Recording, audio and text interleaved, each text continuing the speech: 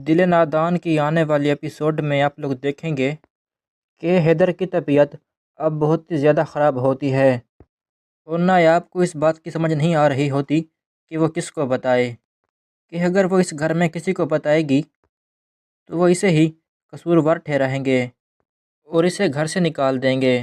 تو پھر نایاب جنید کو بتاتی ہے کہ حیدر کی طبیعت ٹھیک نہیں، تو وہاں پر زیویار کھڑا ان کو دیکھ لیتا ہے اور اسے تانیہ کی باتیں یاد آ رہی ہوتی ہیں کہ جنید کا نایاب کے خلاف لڑنا اور اس کی فکر کرنا زیویار کو بھی شک میں ڈال دیتا ہے۔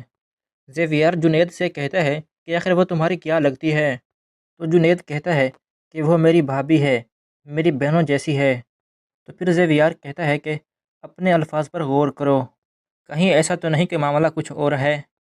تب جنید کو سمجھ آتی ہے کہ معاملہ بگڑ رہا ہے، تو تب جنید کو نایاب اور دادی کی باتیں سمجھ آ رہی ہوتی ہیں کہ جو کچھ وہ کہہ رہی تھیں ویسا ہی زیویار کر رہا تھا۔ پھر آنے والی ایپیسوڈ میں آپ لوگ یہ بھی دیکھیں گے کہ بی جان کی موت غضنفر کو توڑ کر رکھ دیتی ہے۔ غضنفر اسی دکھ میں ہوتا ہے کہ میری ماں مجھ سے ناراض ہو کر اس دنیا سے چلی گئی، اور وہ بھی اس نگار کی وجہ سے۔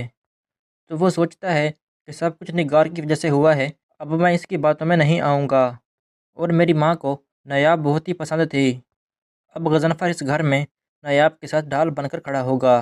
نگار سوچتی ہے کہ غضنفر اپنی ماں کی روح کو سکون پہنچانے کے لیے نایاب کے نام یہ سب کچھ لگوا دے، اس سے پہلے نایاب کو اس گھر سے نکالنا ہوگا۔ یہ سب کچھ آپ آنے والے ایپیسوڈ میں دیکھنے جا رہے ہیں۔